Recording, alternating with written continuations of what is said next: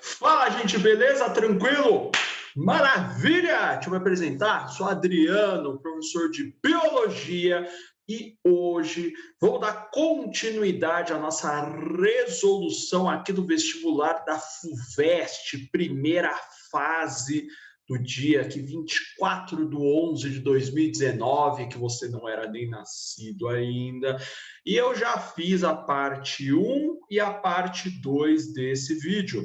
Então, eu separei aí em 3 partes, essa aqui é a parte final, para que o vídeo ele não fique gigantesco, né? Para que a gente vá trocando ideia na calma, na manha, sem grandes complicações. Então, se você não viu ali as 2 outras partes, dá uma olhada lá, dá uma olhada, procura aí no nosso YouTube, aí depois dá uma curtida, se inscreve aí no nosso canal, sempre tem uma resolução de vestibular também, para sempre aí dar uma mão para você que está se preparando aí para os principais vestibulares, que eu sei que é um negócio hardcore, negócio pesado aqui, né? Então, vamos fechar esse caixão aqui da FUVEST e já começando aqui com uma questão clássica, que fala o seguinte: considere uma sequência de DNA com 100 pares de bases de comprimento contendo 32 timinas. Vem a pergunta é bem diretaça, né?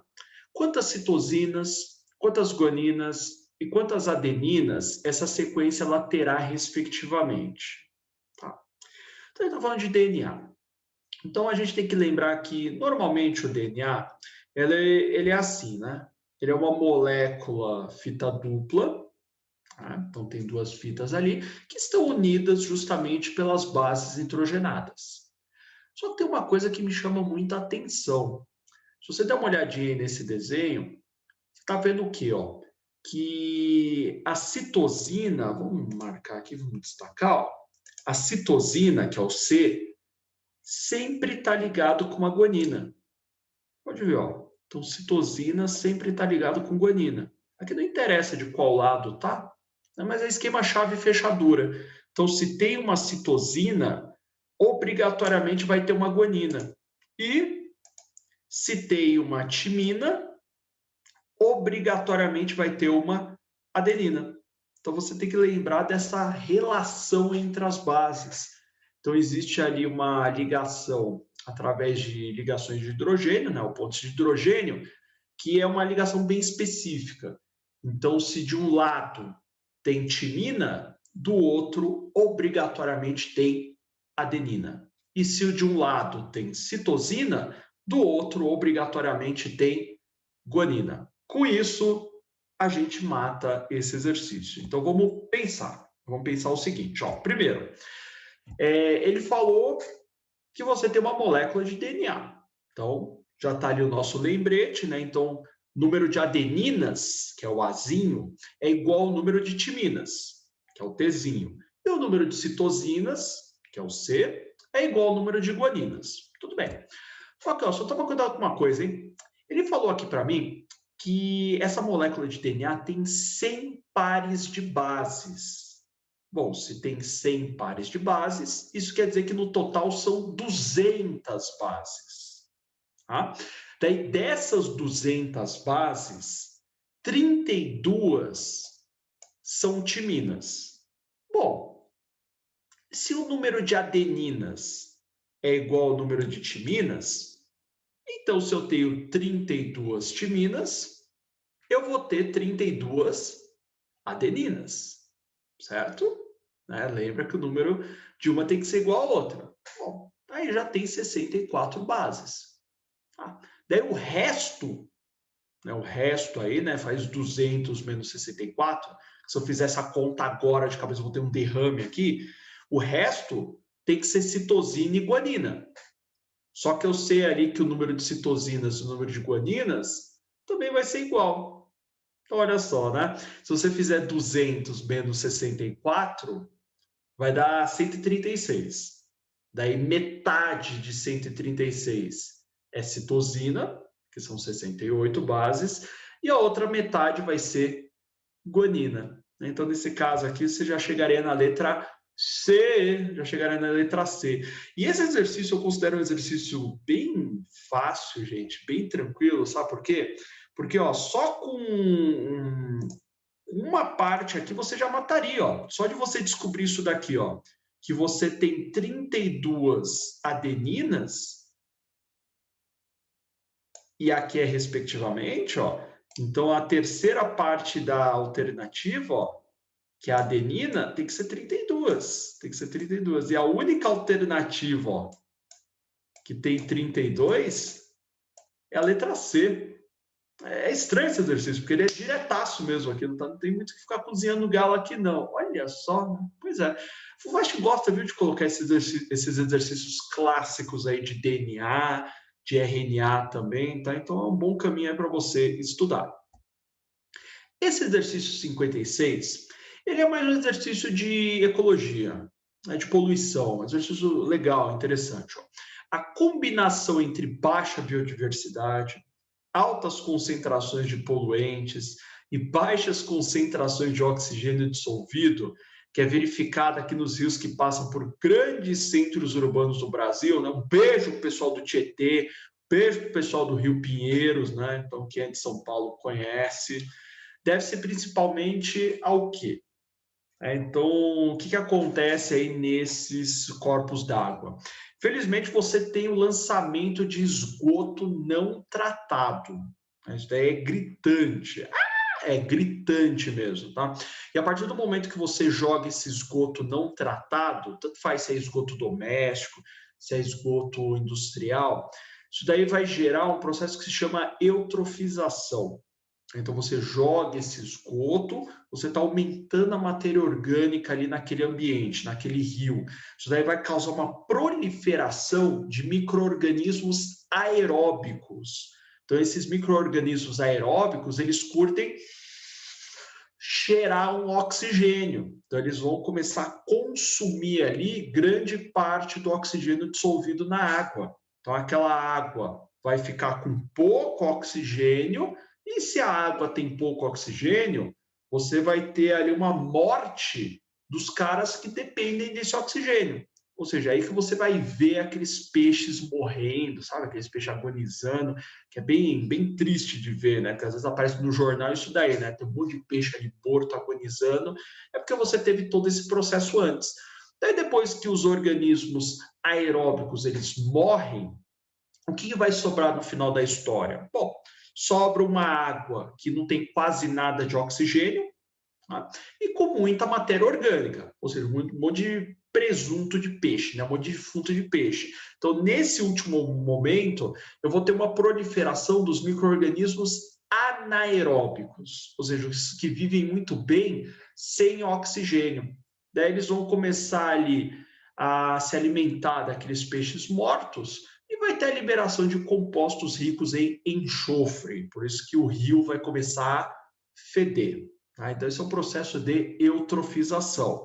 Então, vamos tirar as alternativas aqui, aí vamos ver qual que mais encaixa com essa situação do enunciado. Porque, por exemplo, no caso da letra primeira, descarte de garrafas PET e sacolas plásticas, aumentando a cadeia de produção de microplásticos. Não tem nada a ver com a história que eu contei, né? Não tem nada a ver.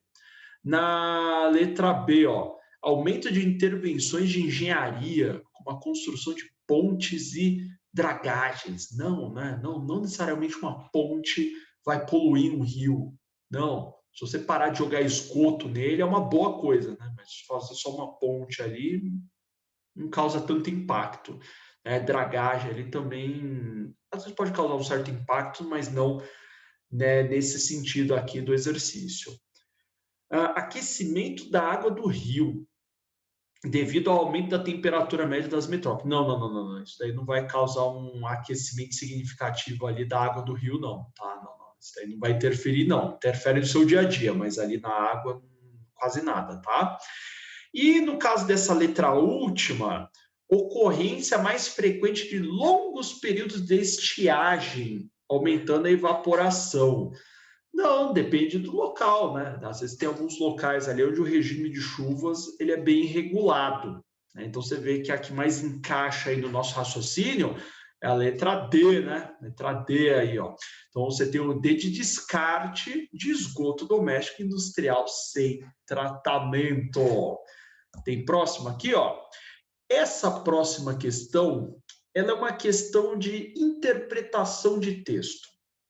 Então você tem que ler esse texto aí com bastante calma, né? Tem que entender o que está acontecendo aqui, vamos traduzindo esse texto, e para caçar alternativa aí que tem mais a ver com essa história que ele contou aí para a gente. Então, vamos lá. Um paciente com câncer sanguíneo, ou seja, com linfoma e infectado pelo HIV, fez quimioterapia e recebeu um transplante de células-tronco da medula óssea de um doador que era resistente ao HIV. Aí você tem que lembrar que o vírus HIV, ele vai infectar uma célula especial no organismo, que é o linfócito TCD4, que ele é um tipo de glóbulo branco, ele é um tipo de leucócito, que é uma espécie de general do seu sistema imunológico. Tá? E esse linfócito TCD4, ele vai ser produzido na medula óssea. Tá bom?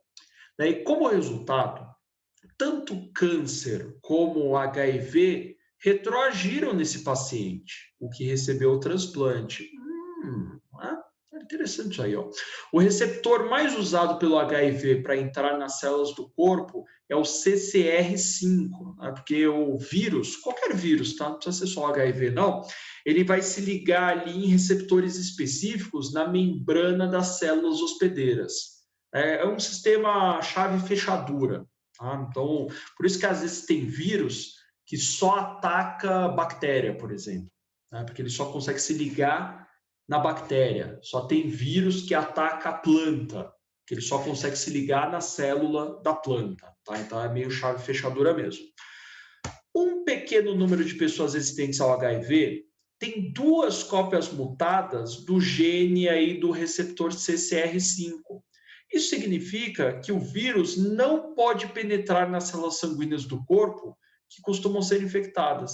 Então, mesmo que o indivíduo seja portador do vírus, como a pessoa vai ter essa mutação, então não vai formar o tal do receptor CCR5 nessa pessoa. Então, o HIV não consegue entrar lá no linfócito. Interessante, né? Daí o paciente, ó, aquele cara lá do transplante, né? Paciente que recebeu células-tronco da medula óssea de um doador que tem essa mutação genética específica, que fez aí com que também ficasse resistente ao HIV. Tá? Então a ideia básica é o seguinte, né? No transplante de medula óssea, né, a medula óssea ali do indivíduo, né, que ia receber o transplante do paciente, ela foi totalmente retirada, porque ela já estava com problema, e ele ganhou uma nova medula óssea. Tá? Só que essa nova medula óssea veio de um doador que ele tinha essa mutação aí do receptor CCR5. Então, isso daí fazia com que ele fosse resistente ao HIV. Então, a partir do momento que o paciente recebeu essa medula óssea e na medula óssea tinha células com essa mutação, então as novas células produzidas na medula óssea também vão portar essa mutação. Então, o paciente ele vai ficar resistente ao HIV, tá? Porque ele recebeu uma medula óssea nova que veio com essa mutação de brinde. É uma história legal, uma história interessante.